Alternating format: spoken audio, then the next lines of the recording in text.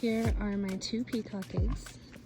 I'm going to take them out right now and stick them, hi guys. I'm gonna go stick them underneath my broody chicken.